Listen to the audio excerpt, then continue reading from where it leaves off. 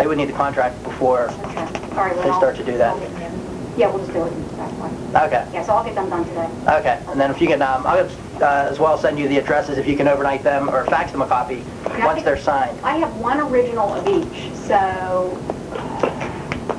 we usually like original for ourselves, and I'm assuming they would want one. Yeah. How about if we just sign one original today, and at least get that moving? Okay. Do you want to give me the addresses, and then Sure, I can give those to you today? No problem. And they'll have them Monday. Okay. How's that? And then No problem. Then I'll get the letter rewritten today, get that emailed over for signature. Correct. The old funds will be sold at tonight's closing, and January 5th they'll be available for the new managers then. Okay, great, great. And then if you advise the managers, we'll need an additional original. We'll sign one now, assuming they want one as well too. We'd like, Sure. We'll just sign that again. Okay. Okay. Not a problem. Okay, let's go to, we'll jump back to number 3 on the agenda, Act 43, House Bill 555. Julie, we'll let you give a 2 minutes. I'm going to say 5 minutes. Was that going to be 5 seconds? But I dropped 2 minutes because I know you take 5. That's part of my, I'm paid by the word like Johnny Carson. Again, going back to the December 23rd meeting, we had some discussion on this House bill as well too. So following that meeting, we tried to get a hold of Warren Pickering at the Hague Group to get some numbers from him. Unfortunately, with the Christmas and New Year's holiday and the actual real business, the end of the year just isn't a busy time for them. So what we were able to do was substantiate the numbers with the Hague Group, with Hank Steele, who works with Norm. Additionally, Jack McMillan had spoken with Norm separately prior to the December 23rd meeting and got the substance of a format that Norm would use in order to calculate the liabilities being done, or that would be imposed upon the fund by virtue of this action. A couple thinking points. You can go to a 150th. You can go to a 140th. You can go retroactive. You can choose not to go retroactive. But it's very clear in the letter that we received after the December 23rd meeting from the Hague Group that the effective date of the move must follow the date the board adopts the rule of authorization. Remember, there was a question at the December 23rd meeting whether or not we could take the action and make it retroactive perhaps to December 16th, the day that Governor Rendell signed the bill. I don't think you can do that, and I think that answer is contained in the Hague Group letter that was received later on December 23rd.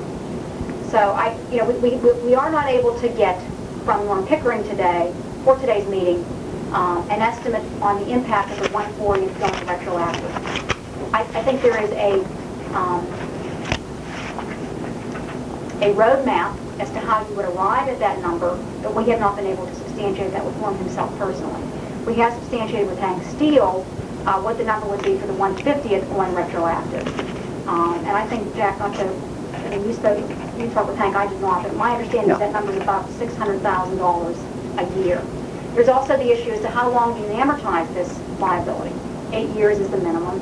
Perhaps 30 years is the maximum. Again, Norm says there's nothing that says that you can do it, nothing that says that you can't do it. In trying to brainstorm this issue too, there was even some thoughts about, well, could you take action on the 150th today, make it retroactive, that way you at least address people in the loop now. Not that's a reason for doing it, but it would address that issue. And then continue to look at the 140th retroactive and maybe take subsequent action on that. And kind of thinking that through, I'm a little hesitant. It's a little bit of a hodgepodge way of doing it. I think it creates this limbo in between today and whenever, if any, subsequent action will be taken in terms of, we've now made that retroactive again, and Hank's letter Norm's letter kind of cautions us against that. I think there's some ideas as to what the ballpark number would be for the 140th retroactive.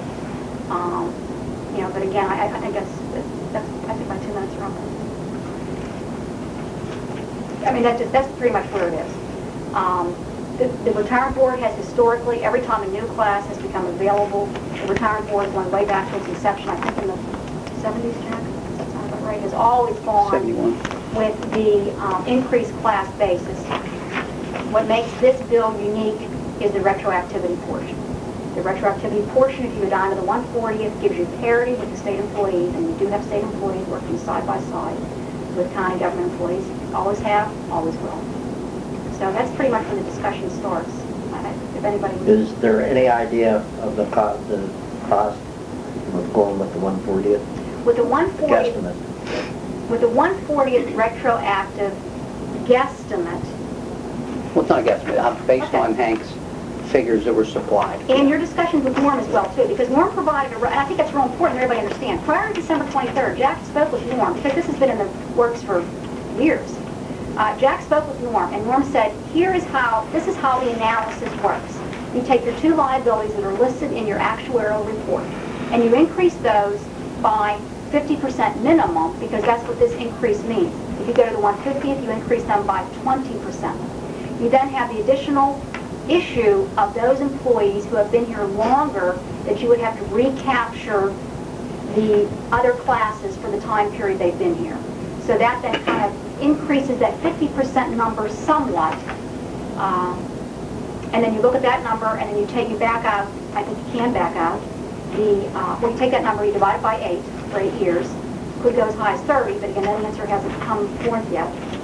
And then you What, look at state reimbursement as well, too, because you will have state reimbursement for 40 to 50% of your liability. Some of the children youth in that, they get so much revenue Right. away, so any increase, that doesn't necessarily be totally reversed. That's the general rule of thumb. Yeah. And then you also have the option, you have always operated with an interest assumption of 5.5%. Let's face it, in today's market, for quite some time, 5.5% has been a very, very generous rate of return. We're paying 1.49 on our TAM. So you can always lower that as well, not for too. the record, but where does this place with the contracts? With the collective bargaining agreements. I mean, we have never used, It's about record. the Does it make a contract- difference? Well, you can always use those for negotiation, collective bargaining agreements, but that would be under the parameters of the board of commissioners. You may get something, you may not. Your bargaining agreements are up to them. This would affect all county employees? Yes. Yes, it will be across the board as opposed to the ERIP, which was acted on in 1995, which benefited a small segment of county employees. Very small. I'm going to say less than double digits. Is that right? So it would provide an added benefit here. The other thing to keep in mind, too, and again, this is per norm, approximately 50% of the Pennsylvania counties offer some form of post-medical benefits for their employees. This issue has come up historically before the Board of Commissioners, I think every 4 years when we look at our collective bargaining agreements. We have always stayed away from that because that is an unknown liability that can never be quantified, never will be able to be quantified. If you give the retroactivity for the 140th status, that provides a funding mechanism for individuals to go out and purchase on their own those post-medical retirement benefits.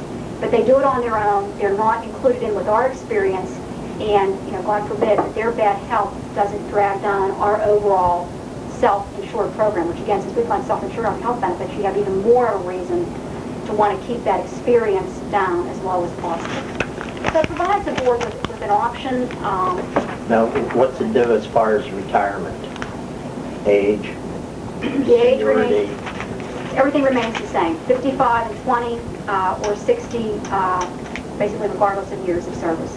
Does That that does no not change. effect on that? Absolutely not. Absolutely not. Absolutely not. Any other comments?